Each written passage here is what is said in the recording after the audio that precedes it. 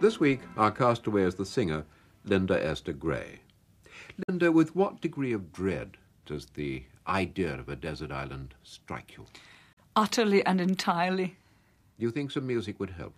A little. Do you have a big collection of records?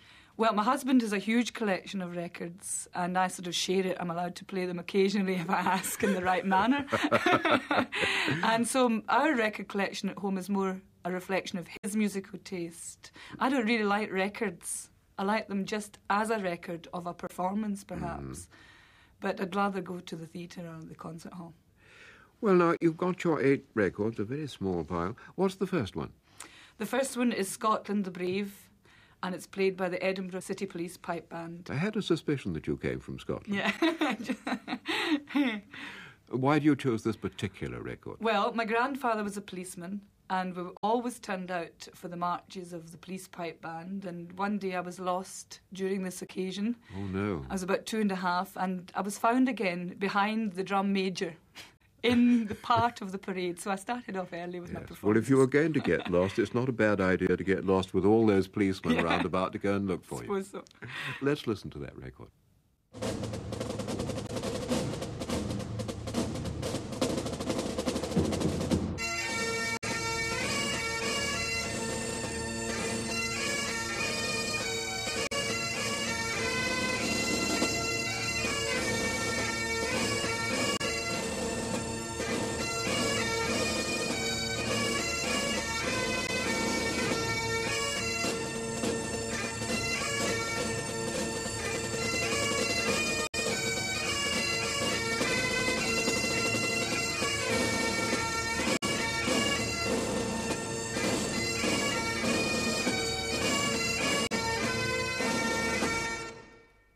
Scotland the Brave by the Edinburgh Police Pipe Band. You're not from Edinburgh, of course. No, I'm not. I'm from the West Coast. Whereabouts? From Greenock. Well, 30 shipyards miles. in Yes, Greenock? a lot of shipyards, yes. Mm-hmm. Now, your parents, I know, were connected with the local church. Your father was an elder in the kirk. He's a session clerk too. So, as a very little girl, you went to the primary Sunday school. I did. And you got a very bad report. Do you remember what was said? No. She has no voice and can't sing at all. I expect that's true. So because of that, you had a few lessons. That's my mother sent me so that I would get into the Sunday school choir the next time there was an audition session. I went when I was 3. Yes, I got in. I think they felt sorry for me, really. When did you start piano lessons? When did you start music lessons in general? Well, I had singing lessons when I was 3, quite seriously, and I learned to read music when I was about 3 or 4. And then I went to piano lessons. I suppose I must have been about 8. Mm-hmm. And then cello a couple of years behind that. The cello at 10? About 10, yes. What else were you good at school? Well, the only other thing I was good at was running, athletics and hockey. I wasn't good at anything at school, really, I don't think. Was there a lot of music in the school? Was there an orchestra? Oh, a tremendous amount. We had an orchestra, we had school choir, and we had a school opera. Mm-hmm. And all these things were what I went to school for, really. You were in the school opera? Yeah. What did you sing? Well, we always did a Gilbert and Sullivan opera. We worked for the whole year to put this opera on, and it really was quite a high standard looking back on it. We had a very, very good, enthusiastic music teacher, Mr. Miller, who conducted it. Did you play leads? The first year I was in the chorus of the Gondoliers, and after that I had the contralto leads, not the soprano. I hadn't actually realised I had anything above C at that point. Really? A small contralto.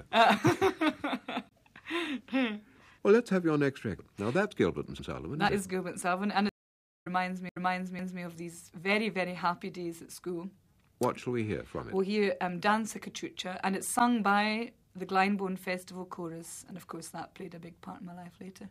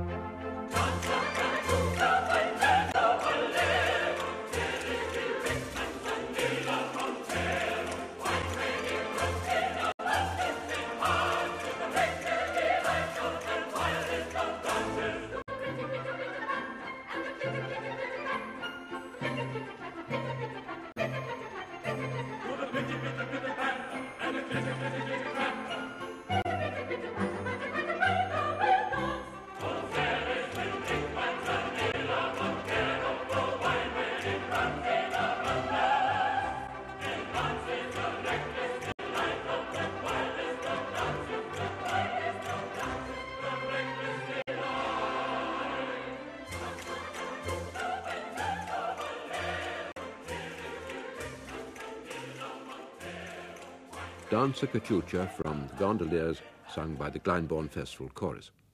So what happened when you left school? Had you got the desire to be a singer? Yes. And to perform? Oh, to be a performer at all costs, I had to sing.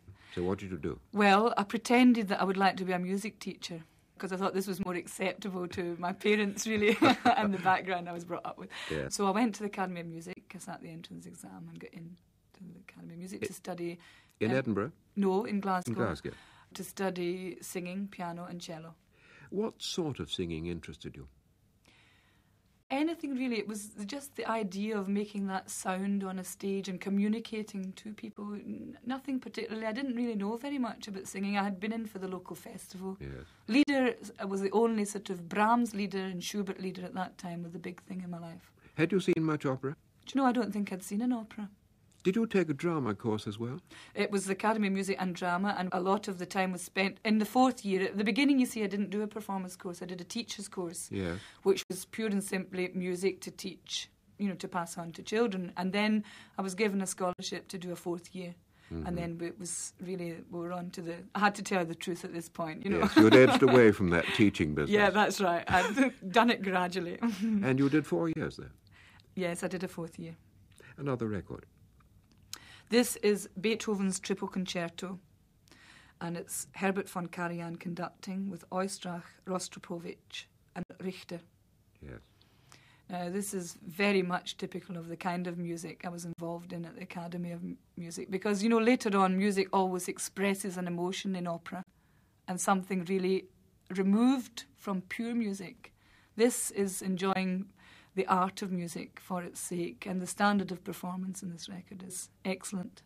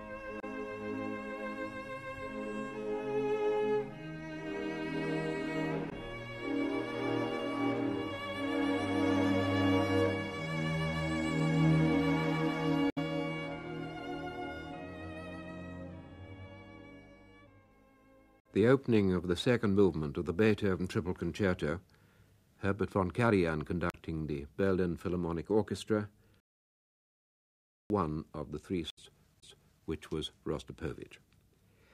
What happened when you left the Glasgow Academy? Well, I entered the Cinzano competition while I was still there, and I didn't win it. I was second. Mm-hmm. But the second prize was a year at the London Opera Centre. The joke at the time was the third prize was 2 years, but that was really only a joke. Yeah. So I came to London for a year. And the London Opera Centre all took place in that converted cinema down in the East End, which was a very exciting place. It was a very exciting place, and I couldn't have done without it. It was a marvellous bridge for me between an academy, which was very academic, into the world of theatre. Do you remember what productions you did there? I can remember quite well. The main production I did was The Coronation of Poppaea. Yes. And I also took part in The Magic Flute. John Copley directed that. And we did excerpts from Falstaff. And I also did Minotti, The Telephone, which is most unlikely. There's a top E flat in it. I think I frightened the E flat away. I've never sung one since. Yeah, that's a solo piece, isn't it? Yeah, a good long yes, solo it's a good piece. long. I think that was one of the reasons why we did it. I think they were the main things I did. Who were your fellow students who've done rather well since? Well, Nan Christie, of course, was my great friend, and I shared a flat with her in Hammersmith for 2 years. A flat, that's calling it names. It was a wee toty room, But we actually managed to survive, and we never fell out. And what was your very first job when you left? My very first job was the third apparition in Macbeth at Glyndebourne. I was in the chorus for 3 months, and they gave me the third apparition to sing. Yes. And then immediately following that, which I really count as my main debut, was Mimi in La Boheme for the Glyndebourne Touring Opera. Mm-hmm.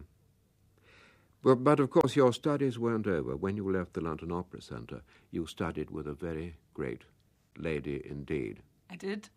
I studied with Dame Eva Turner, and I still study with Dame Eva Turner. But of course I should have mentioned that the person I studied with in the academy was Muriel Dixon. Mm-hmm. And you know, it's very important, the beginning, the first step you take as a singer is important. It puts you down a road, and that road you really have to follow unless you're going to go backwards. So that was a very good beginning, and then that was carried further forward with Dame Eva. And you've chosen a record of Dame Eva's. Well, the reason I went to study with Dame Eva was this record. When I was about 12, I had one uncle who was passionately fond of opera, and although I'd never seen an opera, he talked about it. He went to King's Theatre and sat in the amphitheatre in Greenock when it used to tour. And the name he mentioned was Eva Turner. He mentioned it constantly. She'd obviously made a great impression on him. And when I came to London, I didn't know who to study with because it's a big decision, because you don't want to chop and change too much. And I left it for a wee while. And this had always been at the back of my mind. And one day somebody came in with this record to the Opera Centre and played it to me.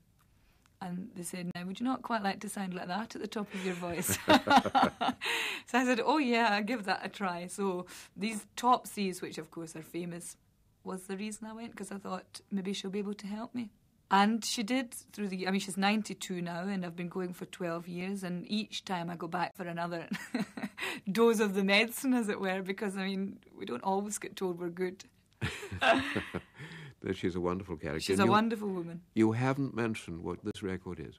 The record is In Questa Regia, Puccini. From Turandot. From Turandot.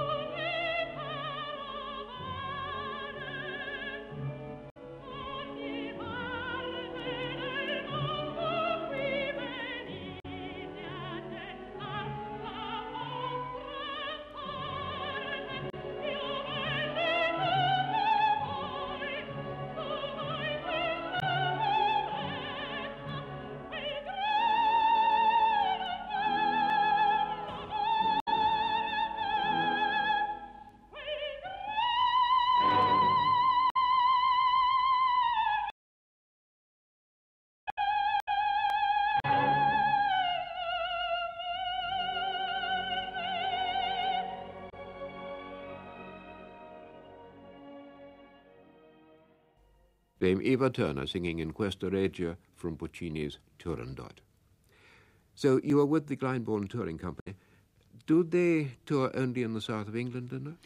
In England only, but we went to Newcastle. I think that was the furthest north.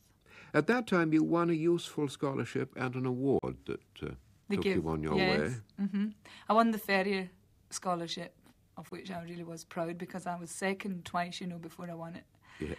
So to win it was marvellous for me then. And the Christie Award, I was given that by Glyndebourne. What other parts did you sing with Glyndebourne? I sang the Countess in The Marriage of Figaro, and I sang Tatiana in Eugene Onegin in Russian, and the last one I did was Freischütz. Are you good at languages? Not too bad when I'm singing them. When it comes to speaking them, that's a bit different. And then Scottish opera. It must have been very exciting to sing in your home territory. It was marvellous. It was a very exciting time in my life to be part of such a wonderful company. What was the first occasion? Where were you, in Glasgow? We were in Glasgow, yes. Although I think I was scheduled to do Bohème in Glasgow, which I did eventually, but someone who was ill in The Turn of the Screw just before that. Mm-hmm. And I sang Miss Jessel in The Turn of the Screw on the tour. I can't remember exactly where. But all your school friends were there to cheer you on. Oh, I shouldn't think for a minute. I mean, they've drifted back later. But your parents were there? Oh, yes. My mum and dad have been to everything. I mean, they were swung round to your musical career. Oh, it didn't take early. much swinging. Oh, yes, they were very, very encouraging. And they join in and they come to first nights. And my father enjoys it and my mother claps. That's a fine distinction. Well, Linda, where do we go now? My next record is the overture to Die Meistersinger. Wagner, why do we choose that? Well, many, many reasons rolled into one. By this time I'd had a little girl, Kirsty. Yes. She was 5 weeks old. I sang this with Scottish opera. This was my first Wagner role. But I wasn't scheduled to sing it. And the person who was singing it fell ill, as can happen, to singers. It happens all the time. It just happened that I was covering it and Kirsty was 5 weeks old and had to be looked after at the same time. So my husband and I rushed at 8 o'clock in the morning to the airport with the baby in a sling to find a strike. No aeroplanes. We begged. I didn't look like an opera singer, I can tell you that, with jeans and an anorak and a baby in a sling, and a pram and a buggy and a husband, and begged them to let me on any aeroplane going in that direction. And, I was politely told there were other people who were just as anxious. So at 2:15 we got on an aeroplane, which took me to Edinburgh, not Glasgow.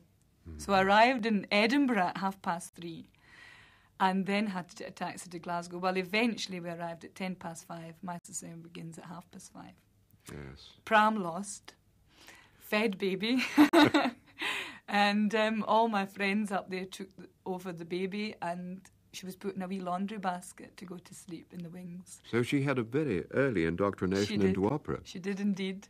And has gone on like that ever since. But, the feeling of standing on stage, having had a baby, it's a big decision for a person with a career, as anybody, to be able to do both was wonderful. And my husband in the wings, my dad was in the wings. He'd rushed up to help hold the baby. Yes. Right, then let's hear the overture to Die Meistersinger. Yeah.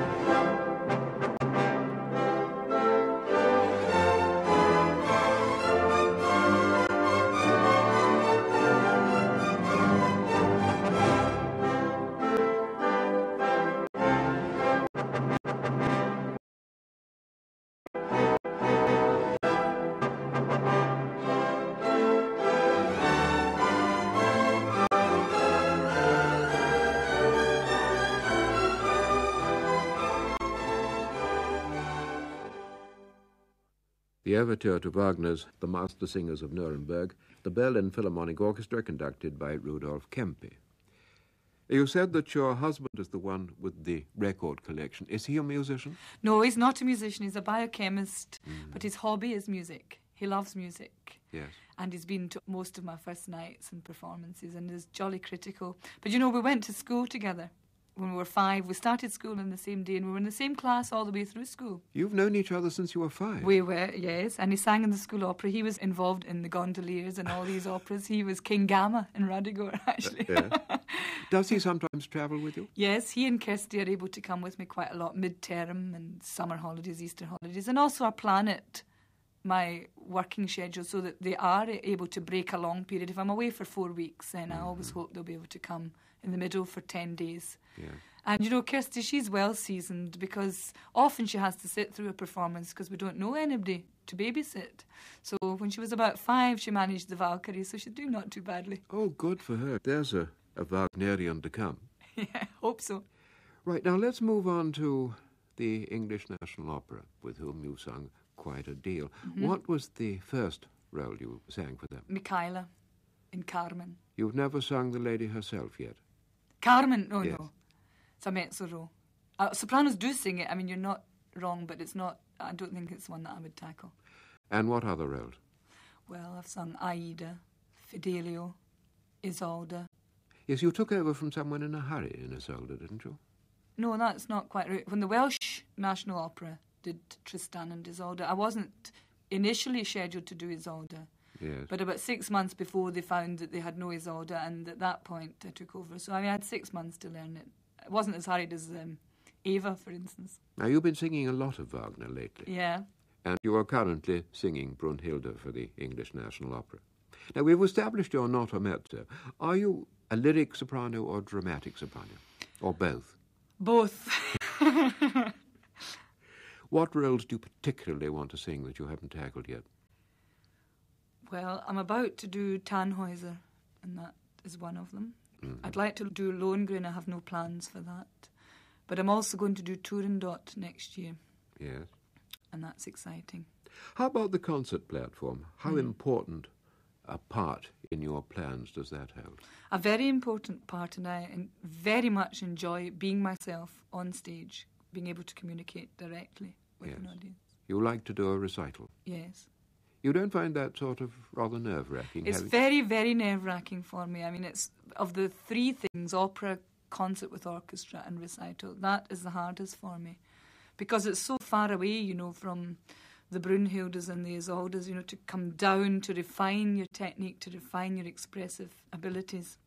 You've sung at the Royal Opera House? I have.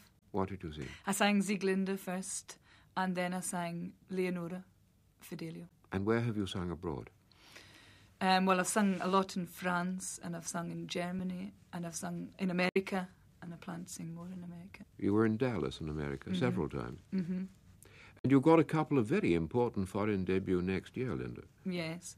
Well, I sing at La Scala for the first time, and I sing at the Metropolitan Opera House in the next year for the first time. What part are you singing? Sieglinde in America, and Tannhäuser and Ariadne at La Scala. We've got to record number 6. Well, now, this is Juanita the Spanish Lobster. And I'm not entirely inexperienced in your desert island. You know, we always spend our holidays in a Scottish island. And when Kirsty was about 3, we went to Arran.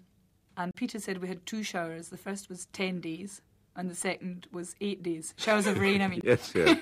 So we spent a lot of time hoping, yes, we were there for 3 weeks. Time. And every time we got in the car, Kirsty wanted to hear this record, and it reminds me very much of family, and I would miss that when I was away.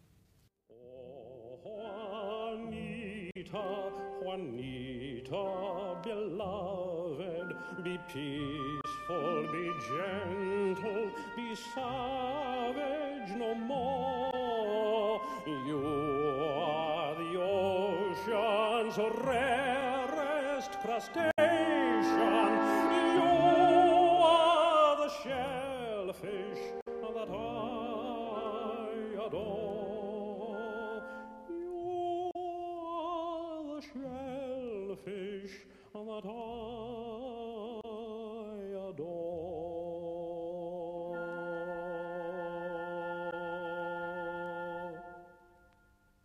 And when he'd finished singing, Juanita would say, "Ah, shut up. You're making me sick, huh?" An excerpt from Juanita the Spanish Lobster, composed by David Haslam, with words by Johnny Morris, who also, believe it or not, was singing. I had no idea he could sing like that. Now, apart from home life and music, what are your favourite occupations? What do you like doing on holiday and when you have a day off? Well, really, I have to catch up. When I've got a day off, everybody has to have clean underwear and things like that. Very basic. Have you any skills that would be useful apart from doing the washing and mending on a desert island? Not really, although I'm quite practical. My dad's very handy, you know, and I spent a lot of my childhood running about with a screwdriver for him, so I think marvellous. I might recall some of that. You could put up a hut. I think I probably could. Ever done any fishing? Oh, I couldn't do that. I couldn't kill them. Are you a good cook? Well, I'm sort of erratic, but now that we've got a freezer, things have improved because on a good day I put it in the freezer. Would you try to escape? Yes, definitely. I couldn't stay. I wouldn't be able to stay. I would just get on a wee raft and go. Hope for the best. Not too wee. Record number 7. This is The Proud Tristan and Isolde, conducted by Reginald Goodall. Oh, yes. Now, you're on this record, aren't you? Yes, In fact, you sing Isolde. I do. But preparing this for the performances with Mr. Goodall was a long-term project, and it was wonderfully exciting. I mean, another gate had been opened for me, an expressive flood and somebody leading you down the path. I mean, he'd worked with Furtwängler and Flagstad and all these people, and he passes on this tradition to all his students, and to be in the little room with him and learning this from him was fantastic. And he's such a kind person, you know, when you're working with him. He never makes you feel that what you've got to contribute is not worth having. I mean, it might be completely wrong, but he lets you have a little go at it. And the only sort of slight way that he ever gets at me is when you're on stage and he wants to ask you something that he's asked maybe 100 times that you could possibly do for him, and I keep conveniently forgetting because I don't want to do it. Suddenly you find that he forgets your name. And he looks up at the stage and he say, Miss Isolda, would you like to... But it's a very strange thing because of all the orchestra, it's a huge orchestra, he never forgets their name. Very odd. Just yours when you're not cooperating That's fully. You went to America with him, didn't you? Yes, we went to promote this record and I got to know him even better then. Doing all the chat shows and whatever. Well, I don't think he did much chatting, but it was nice to have him there. So we're going to hear now the prelude to Tristan and Isolde.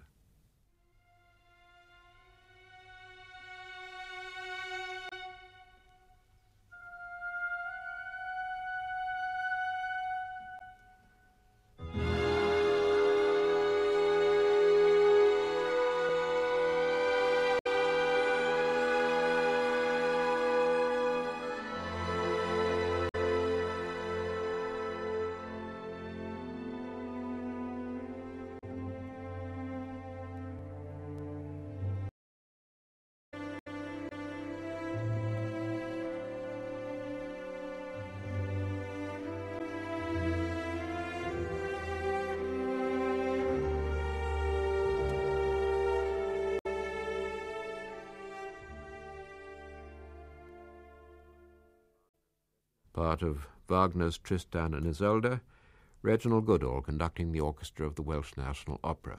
Now, Linda, although you're on that record, we only heard the prelude. That's right, but I don't want the rest of the record, thank you. Because I would have to walk out to see if that was with me on the island. You wouldn't take it? No. You wouldn't play the vocal part? No. You don't like playing your own records? No. Other people do, very fortunate. What's the last one you've chosen? My last record is from The Ring Cycle by Wagner, and it's from Die Walküre. Mm-hmm. Now, I've sung Sieglinde before, although this is my first Brunhilde, and so it brings back many happy memories of the Royal Opera House and of Dallas, where I first sang it. And I've had an enormously enjoyable period rehearsing Brunhilde at the Colosseum, because in a way, although I've never had a home as an opera singer, that is the nearest I've come to it in lots of ways.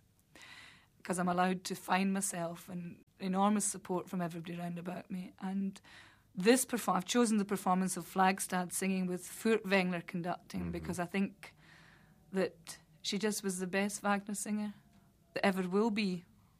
And I'm sure that the repetiteurs at the Colosseum will certainly approve of all the crotchets and the dots being in the right place, as well as such a marvellously moving performance.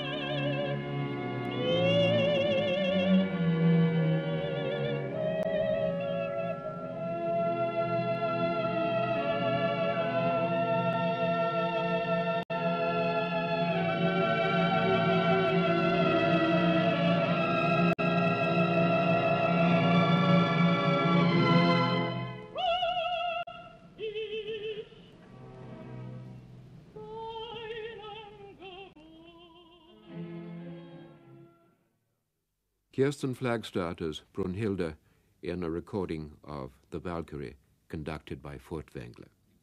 Now, Linda, if you could have only one disc out of the 8 you've chosen, which would it be? The last one. And one luxury to take with you, one object of no practical use, but something that you would like to have around. Well, now this is really tricky. I mean, everybody finds this a problem on your programme, don't they? The thing is, a singer you have to give up is, first of all, you can't eat garlic, because tenors don't like it. Secondly, you can't eat chocolate, because that's not good for the voice, nor the figure. I didn't know it was bad for the voice. Oh, it clogs it up a bit. You know, you have it? to be a bit clean. Lemons are better than chocolate. And thirdly is wine. Now, I really can't decide among these three, so is there any chance I could have a wee drop of everything? I don't see why we shouldn't make you up a food parcel. Lovely, that would be fine.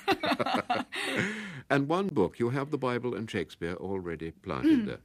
Well, in a way, books to me are like records. I have to do a lot of reading for research and background work, so that I could live without a book, but I like poetry. So if you could compile a nice big book of Shelley and Keats, Yeats, people like that for me. All right. We'll take you around a bookshop to find one that really satisfies All right, you thanks. in the way of an anthology. And thank you, Linda Esther Gray, for letting us hear your Desert Island Discs. Thank you very much. I've enjoyed it. Goodbye, everyone.